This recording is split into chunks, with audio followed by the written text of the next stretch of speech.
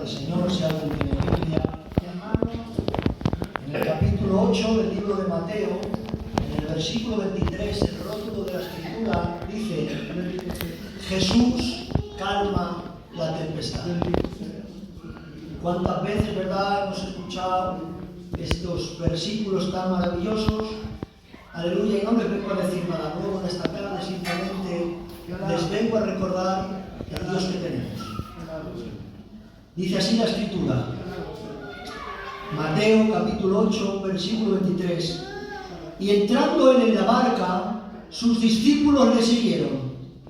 Y he aquí que se levantó en el mar una tempestad tan grande, que las olas cubrían la barca, pero él dormía.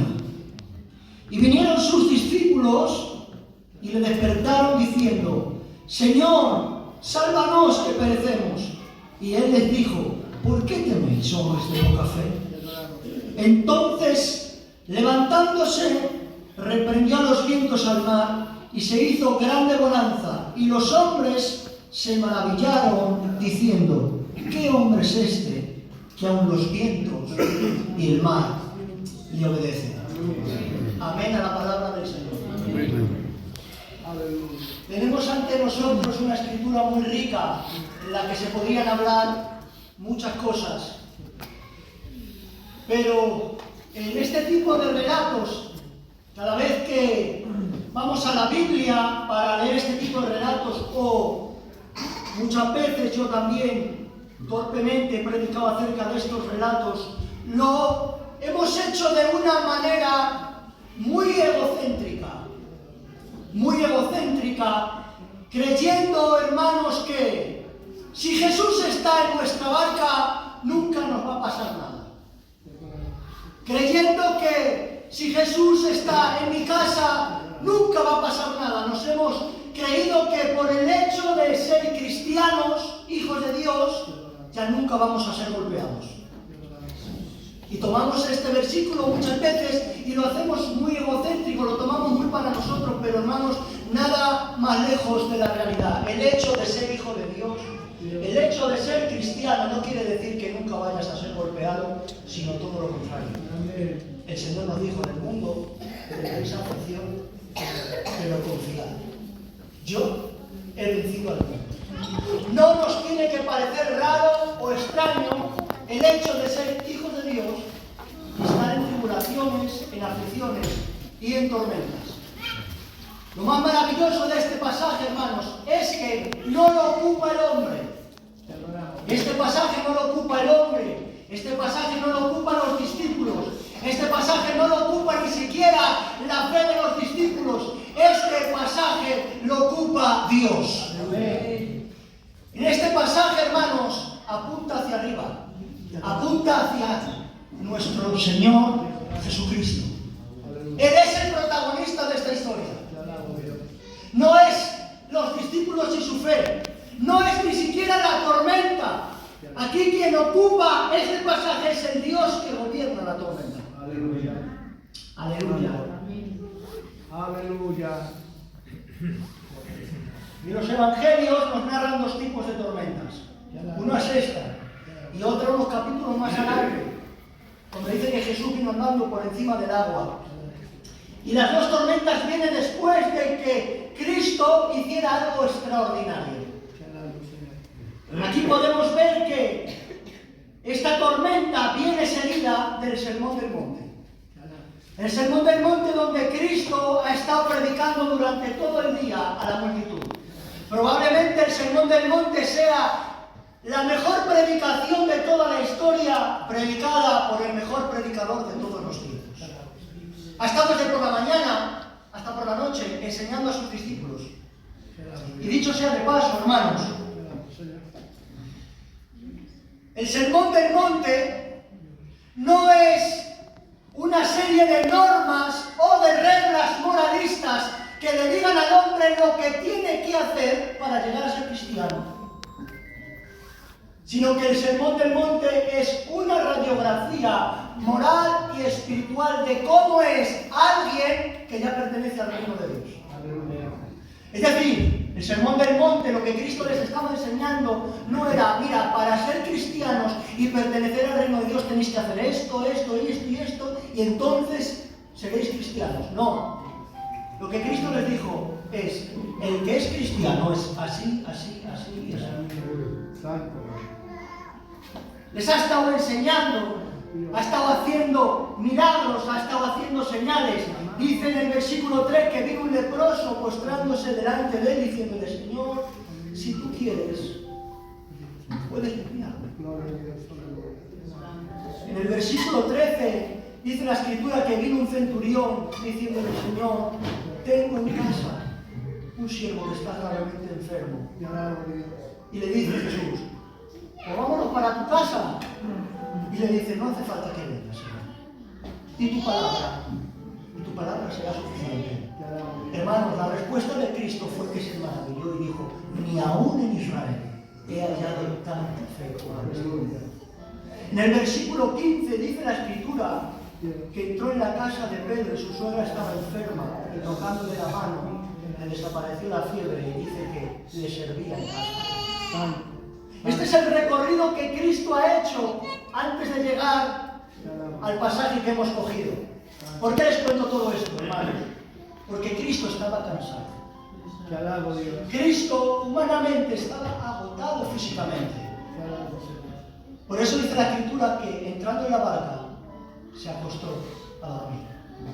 Eso nos está hablando de la humanidad de Cristo. Él tenía necesidades fisiológicas como nosotros. Él tenía hambre, él se cansaba, él se fatigaba. Y llevaba todo el día, hermanos. Y ahora vamos al versículo que hemos leído. Entrando en la barca, sus discípulos le siguieron, y aquí que se levantó en el mar una tempestad tan grande que las olas cubrían la barca, pero él dormía. Mire, hay aquí algunas deducciones acerca de esta tormenta a las que han llegado algunas personas que yo personalmente, leyendo, indagando, estudiando a algunos comentaristas, no he llegado a ver, pero que yo no lo haya visto no quiere decir que no sea así. Nadie tiene la cátedra de la verdad. ¿Vale? Pero hay algunas personas que han deducido que la palabra tempestad tan grande viene del griego megaseísmo. Como que tiene la idea de que en aquel mar hubo un terremoto subterráneo y eso fue lo que causó aquellas olas.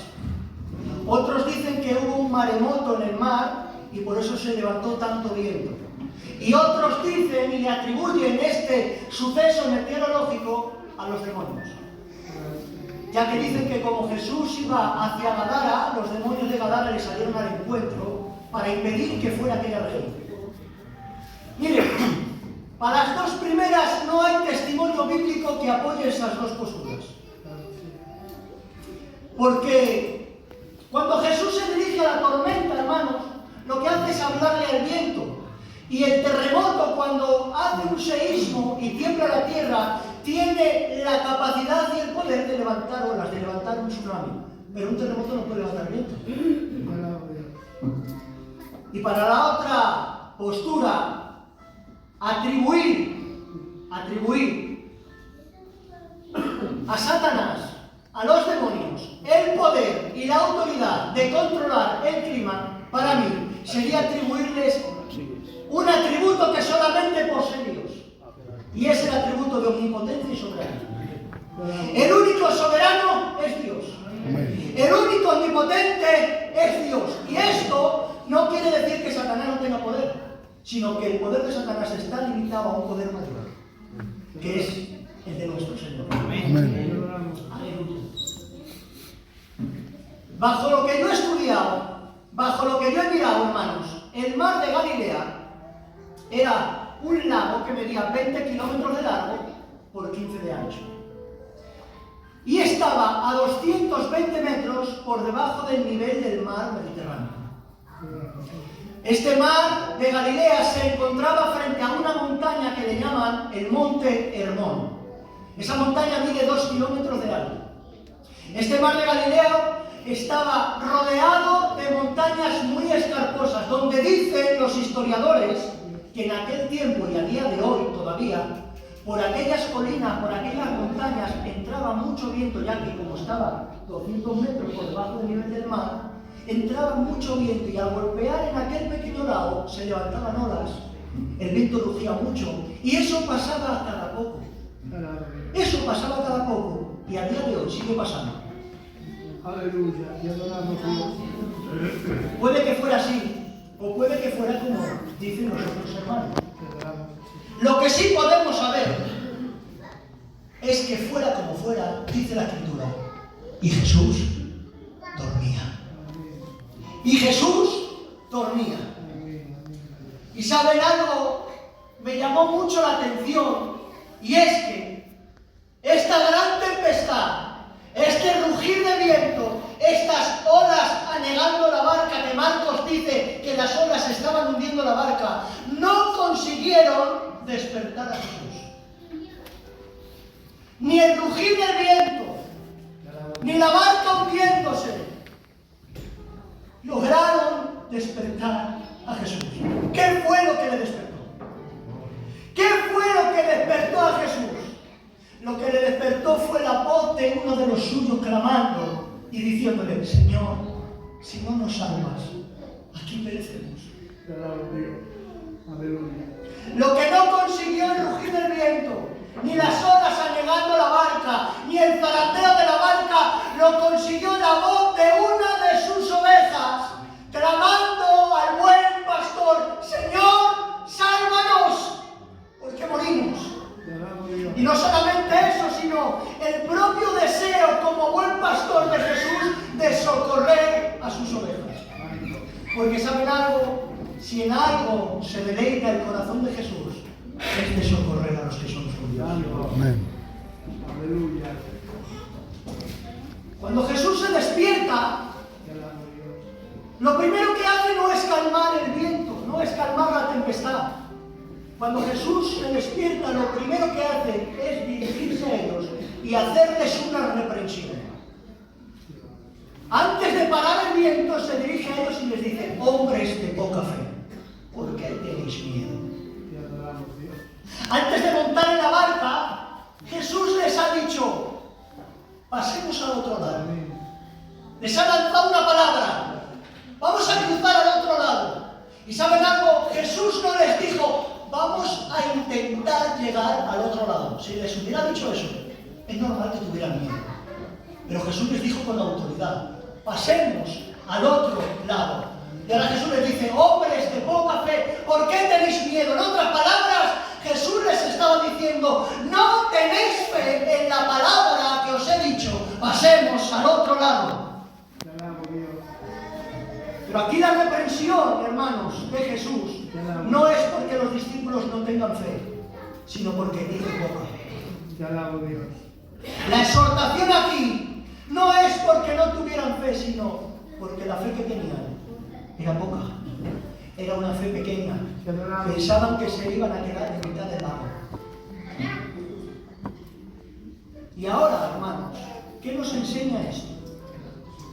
¿Cuál es la enseñanza aquí para nosotros?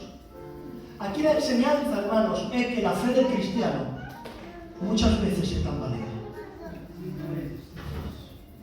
Aquí la enseñanza es que la fe del cristiano muchas veces titubea. Que muchas veces vas a estar aquí arriba volando, pero otras veces vas a estar mordiendo el polvo. Que no somos hombres de estos que tienen una super fe. No, hermanos, somos hombres débiles, hombres con mucha fragilidad, que muchas veces se rompen en las manos del Señor. Con una fe débil, con una fe chica, que tiene que ser fortalecida en medio de la aflicción. Pero lo más maravilloso de esto, hermanos, es que esta tormenta era el instrumento perfecto en las manos de Dios para fortalecer esa fe. Esta tormenta en las manos de Dios era el medio, era el instrumento que Dios iba a utilizar para que esa poca fe fuera en aumento.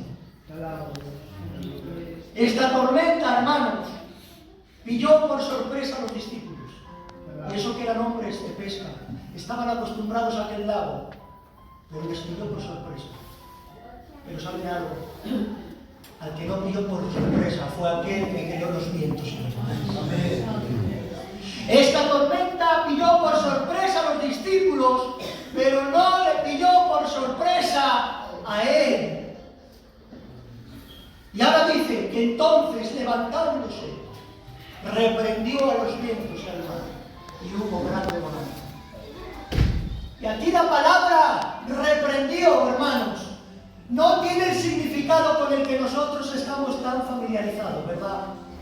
En esta guerra espiritual que muchos tienen, y cuando nos dirigimos a Satanás y le decimos, te reprendo en el nombre de Jesús, o cuando vamos a orar por algún enfermo, ¿verdad? Y decimos, y reprendemos la enfermedad en el nombre de Jesús. Aquí el escritor, cuando dice que reprendió los vientos, no tiene esa idea. No tiene esa idea. La palabra reprender aquí tiene la idea de el Creador tomando dominio y autoridad sobre su creación. Aquí la palabra reprender quiere decir que Jesús afirmó su autoridad sobre los elementos de la naturaleza de tal forma que hubo una calma profunda. Aquí la palabra reprender quiere decir el rey ordenando a su creación que guarde silencio. Aquel creador de todas las cosas, aquel que sigue sosteniendo la creación con el poder de su palabra, aquel que gobierna todas las cosas, ahora ejerce autoridad sobre lo que él mismo ha creado. Esa es la idea que aquí tiene el escritor. Aquel que creó los mares y los vientos ahora ejerce dominio, poder y autoridad sobre su creación. ¿Y saben algo? Esto solamente puede hacerlo Él. ¿Y saben por qué solamente puede hacerlo Él? Porque Él es el soberano. Él es el soberano. Esta tormenta está conectada, hermanos, con un salmo. Toda la Biblia está conectada. Y un versículo se tiene que interpretar a la luz de otro versículo. Y dijo el salmista David, en el Salmo 89, versículo 9, refiriéndose a Dios, dijo, tú gobiernas sobre el mar embravecido y tú apaciguas sus encrespadas olas.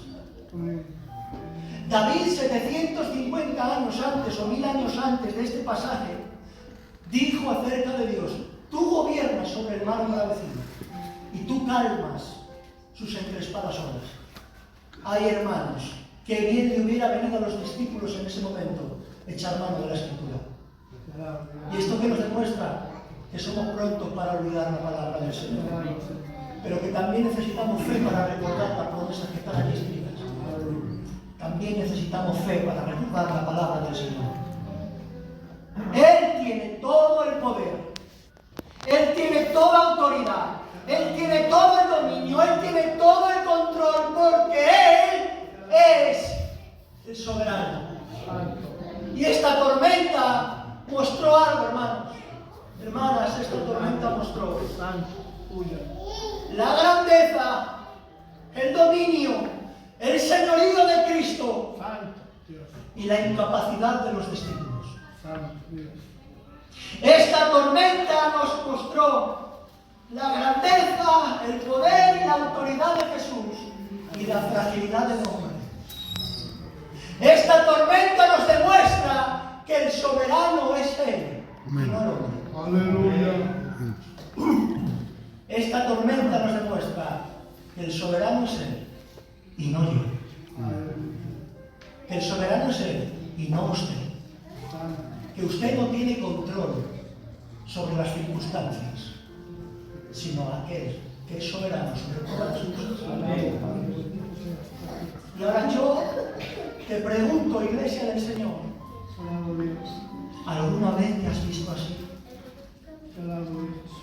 ¿Alguna vez te has visto con el agua hasta el cuello diciéndole al Señor, Señor, sálvame porque perezco?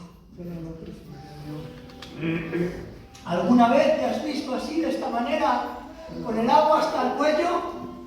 ¿Alguna vez te has preguntado cuál es el fin de tus tormentas? ¿Cuál es el fin de tus tribulaciones? ¿Alguna vez te has preguntado cuál es el fin de tus aflicciones? ¿Acaso no puedes ver que las tormentas que Dios nos permite que atravesemos nos hacen vivir más cerca de Él. Amén. Así es. ¿No ves que estas tormentas que Dios nos hace, que Dios nos permite atravesar, nos hacen más dependientes de Él y menos autosuficientes de nosotros mismos? Lo que muestran las tormentas, hermanos, es que sin Él no somos nada. Lo que muestran las tormentas es que separados de Él, nada y absolutamente nada puede hacer el hombre. Y los palos que nos hemos llevado. ¿Cuántos palos nos hemos llevado? Cuando hemos querido afrontar nuestros problemas con nuestros recursos, con nuestros años de evangelio, con nuestros años de experiencia en la vida. Diciéndole, Señor, aquí no me haces falta. Este es mi mundillo, aquí me gobierno yo. Aquí no te necesito, Señor. Para las cosas grandes sí. Cuando hay enfermedad, cuando hay escasez, cuando hay una ruina, cuando hay un problema, acudo a ti corriendo, pero aquí, Señor, aquí yo soy el soberano. ¿Cuántas veces nos hemos visto así, hermanos? Y nos hemos mordido el polvo. Les estoy hablando de lo más sencillo, hermanos. Les estoy hablando de que cuánto hace que no presentas los sueños por la noche cuando te echas a dormir. ¿Cuánto hace que no presentas el plato de comida que tienes en la mesa y das gracias al Señor con tu familia? Les hablo de lo más sencillo. ¿Cuánto hace que no presentas el día del Señor cuando te despiertas por la mañana?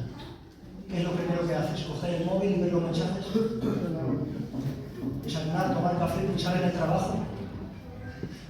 Hermano, les estoy diciendo que no te puedes echar a dormir sin presentar los sueños a Dios.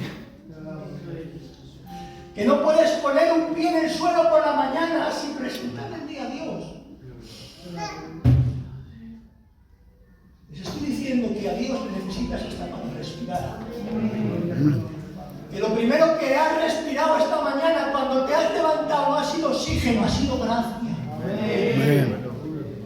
Esta mañana has respirado gracia renovada. Dios ha renovado su misericordia contigo esta mañana cuando has abierto los ojos. ¿Y tú qué has hecho? ¿Le has dado gracias? ¿O te has puesto con el teléfono? ¿Qué has hecho?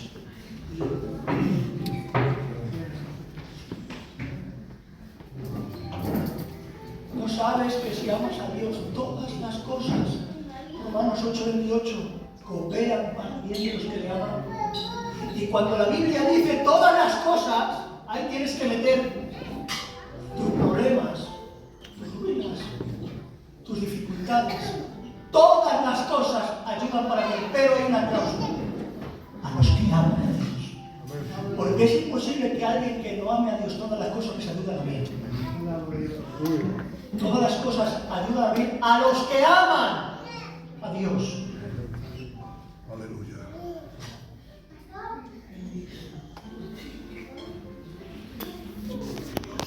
Las adversidades, escuchen esto, no son señal de que Dios esté disgustado con nosotros. Hay doctrinas por ahí que dicen que si estás enfermo es porque estás en pecado. Reprendo la mentira del diablo en el nombre de Jesús. Amén. Hay doctrinas por ahí que dicen que si no tienes dinero, que si andas mal económicamente, es porque estás en pecado. Que si estás enfermo es porque Dios te está enviando un juicio, estás pagando los pecados de tus generaciones atrasadas. Eso es una mentira satánica, una mentira del diablo. Desde aquí arriba denuncio esas falsas doctrinas. Amén. Las adversidades no son señal de que Dios esté disgustado con nosotros. La paradoja de todo esto es que las adversidades pueden ser señal de bendición y de que Dios está con nosotros. ¿Por qué? Porque es en medio de la adversidad y en medio de la aflicción donde Dios fortalece tu fe y forja tu carácter para que cada día te parezca más a Jesucristo. Amén. Hay tormentas que Dios permite que se levanten como esta que hemos leído, pero hay otras tormentas que no son permitidas por Dios, sino que es el mismo Dios el que las provoca que se levanten. Le dice Dios a Jonás: Jonás, vete a Nínive Y Jonás le dice, no quiero. Ah, que no quieres. Todos conocemos la historia, ¿verdad? Dice la Biblia que Jonás se fue al lado contrario de Dios. Se fue a Tarsis, se montó en un barco y dijo, no quiero hacerte caso, Señor, me voy. Y ahora dice la Biblia textualmente, pueden leerlo, mas Jehová levantó en el mar una tempestad tan grande que los marineros pensaban que el barco se partía en dos. No dice la Biblia, y se levantó en el mar una tempestad. Dice, mas Jehová levantó en el mar una tempestad.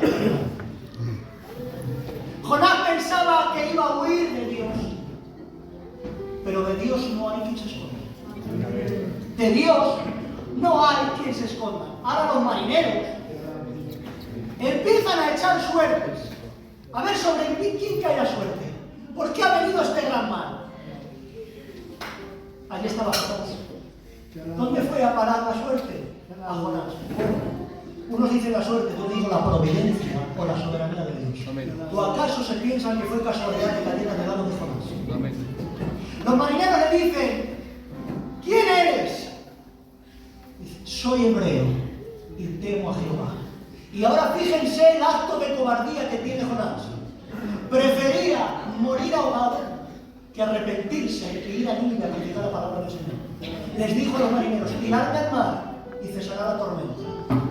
Pero Dios, como hemos dicho, es soberano. Es soberano sobre su creación, pero también es soberano sobre sus criaturas. Y aunque Jonás prefería la muerte a predicar a sus enemigos, Dios tenía preparado un gran pez que le dijo, mira, te vas a ir allí, vas a ver a un hombre caer por la borda, te lo coges, te lo tragas, lo tienes 3 días dentro de tu vientre, hasta que entienda que yo soy el soberano y no él, y se arrepienta, y luego me lo dejas en aquella isla, donde mi voluntad quería llevarle por las buenas, ahora tengo que llevarle de esta manera drástica. Y al final, Jonás predicó a Nínive. ¿Saben por qué? Porque la soberanía de Dios siempre gana. Porque Dios es el soberano.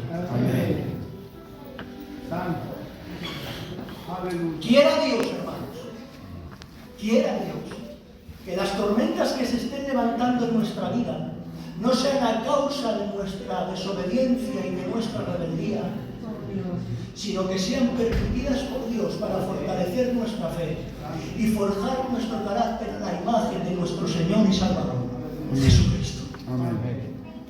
Y a menudo, un corazón quebrantado, contrito y humillado, esto de Cristo suele obrar. Por eso dice la Escritura que al corazón contrito y humillado Dios lo abraza, pero al orgulloso lo resiste y lo mira de lejos. ¿Qué es lo que produce en ti la aflicción? ¿Qué es lo que produce en mí la aflicción? ¿Corazón quebrantado y humillado delante de Dios o corazón endurecido y orgulloso levantando el puño contra Él?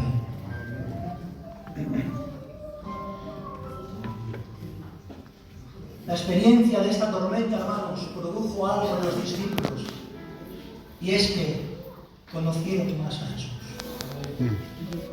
Conocieron más al Señor. Quiera Dios, hermanos, que lo que produzca las tormentas en nuestras vidas sea que cada día conozcamos más a Jesús. Que cada día conozcamos más el carácter de Dios. Que cada día conozcamos más acerca de quién es Él, acerca de sus atributos, acerca de su soberanía, acerca de su amor. Hermanos, quiera Dios que las aflicciones y las tormentas que vengan a nuestra vida provoquen en nosotros que cada día nos enamoremos más de Jesús. Amén. Eso es lo que tiene que provocar la aflicción en la vida del cristiano. Que cada día te enamores más y más y más y más de Jesús. ¿Por qué? Porque es en medio de la aflicción donde Dios demuestra su fidelidad. Es en medio de la tribulación donde Dios demuestra que Él es fiel con su pueblo. Las tormentas hacen que veamos más la belleza de su amor. Dice la Escritura, Dios al que ama a Dios, lo disciplina y azota a todo aquel que tiene por hijo.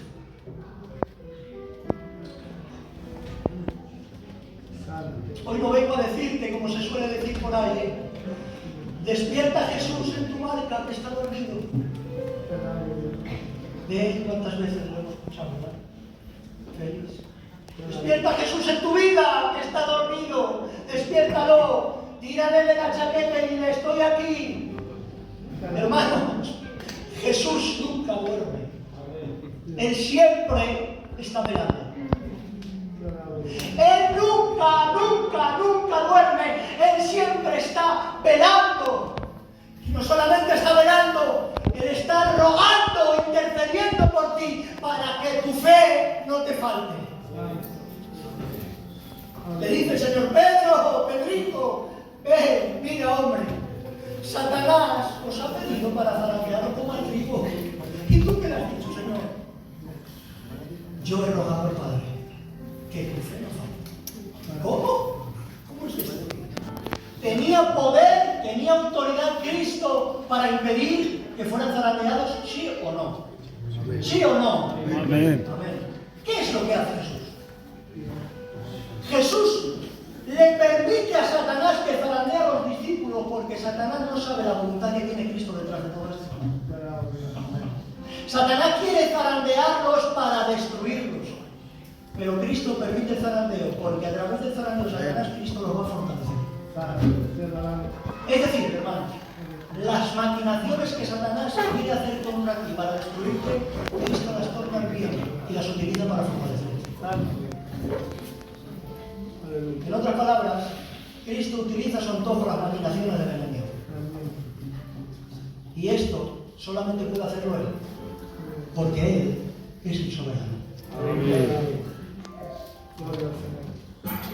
Quiero decirte, hermanos, que aunque muchas veces tu corazón engañoso y perverso, más que todas las cosas, como dice Jeremías 17, engañoso y perverso, el corazón más que todas las cosas, ¿quién lo conocerá? Y ahora responde, yo Jehová. Yo Jehová. ¿Qué pienso en los corazones? Te quiero decir muchas veces, ¿dónde está Dios? Pues no eres un hijo de Dios. Mira lo que está pasando. O cuando te pones a orar y no sientes a Dios. O cuando no ves a Dios por ningún lado y parece que el cielo ha vestido de bronce y te empiezas a cuestionar cosas, quiero decirte que es tu corazón engañado. Porque no te siento, Señor. ¿Será que no estás conmigo? ¿Será que me has abandonado? ¿Será que estás dormido? Error, hermanos. Que no sientas a Dios en medio de tu aflicción no quiere decir que Dios no esté contigo. Dios siempre está ahí. Dios siempre está ahí. Y Dios nunca dejó escrito en la Biblia que tuviéramos que sentir.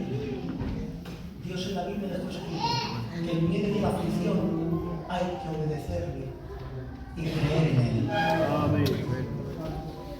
A mí, hermanos, no me hace falta sentir escalofríos cuando estoy en aflicción.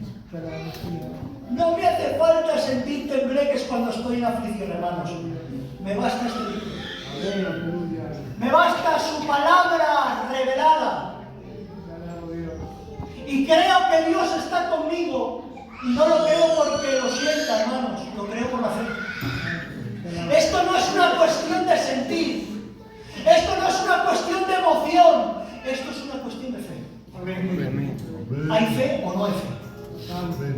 Por eso Pablo dice, examinaos a vosotros mismos a ver si tenéis la fe. Y cuando dice examinaos a vosotros mismos, no es porque Dios necesite saber si tienes fe o no, Él lo sabe todo. Pero el que no lo sabe eres tú. Y yo. Por eso necesitamos cuestionarnos muchas veces, examinar nuestra fe a la luz de las Escrituras. Yo para ver si tengo fe o no, no necesito sentir escalofríos. Necesito esto. Hermana, esto es lo único que necesitas. Aleluya. Termino. Muchas de las cosas que hay en la tierra pueden ser arregladas por la mano del hombre. Hay madres que enjuagan lágrimas de hijos. Hay padres que aconsejan a sus hijos para que les vaya bien las vidas. Hay consejeros que arreglan matrimonios. Hay mecánicos que arreglan coches, cirujanos que operan órganos. Hay muchas cosas que pueden ser arregladas por la mano del hombre. Pero cuando venimos a este pasaje de la tormenta, cuando se trata del clima, ¿qué es lo que pasa? Los hombres te pueden decir el tiempo que va a hacer mañana, pero no tienen poder ni autoridad para hacer que salga el sol de nuevo. Eso solamente lo puede hacer Dios. Te pueden decir el tiempo que va a hacer, y aquí en Asturias ya saben que se equivocan mucho. Se necesita una deidad para controlar el tiempo. Y ese es Jesucristo. Este Dios, hermanos, este Dios que cabalga sobre las alas del viento, este Dios que camina por encima de las aguas, este Dios que controla el universo, porque escúchenme algo, por favor, Él no creó todas las cosas y se apartó, como dicen los deístas. No, Él no creó y dejó que las cosas vayan según el curso de la naturaleza. No, Él dice la Escritura que sostiene su creación con el poder de su palabra. Dice la Escritura que Él viste los lirios de los campos. Dice la Escritura que Él alimenta a los pajarillos, hermanos. Este es el Dios soberano que controla todas las cosas y es igual de soberano para crear el universo como para sostener tu vida. Dios es soberano hasta de lo más insignificante. Un cabello que cae de la cabeza no cae sin su permiso. No cae un pajarito a tierra sin el permiso de Dios. Fíjense el control absoluto de Dios sobre todas las cosas. Bueno, pues este Dios soberano es el Dios que controla tu vida. Es el Dios que controla tu casa. Aleluya. Es el Dios que controla tu familia, tu hogar. Y vengo a decirte en esta tarde, confía en el Dios confiable. Amén. Confía en el Dios confiable. Aleluya. Dios es confiable, hermanos. No hay nada más desastroso para el cristiano que desconfiar de Dios. Déjenme que les haga una pregunta, ya tenemos, ¿vale? ¿Alguna vez te ha hecho mal el Señor? ¿Alguna vez te ha hecho mal Dios? ¿Alguna vez Dios te ha hecho algo para que sea motivo de desconfianza? Confía en Dios confiable. Y Dios es confiable por la fidelidad a su pacto y a sus promesas. Y Él ha dicho, yo estaré con vosotros. ¿Cuándo, Señor? ¿Cuándo? Todos los días. ¿Hasta cuándo? Hasta el fin del mundo. Dios ha prometido que estará contigo siempre. Amén. Y aunque muchas veces no lo sientas, no quiere decir que Dios no esté. Escuchen esta palabra. Dios trabaja más en silencio. A veces habla más en silencio que Dios. Confía en el Dios confiable. Cierra tus ojos, por favor. Señor Jesús, te damos gracias.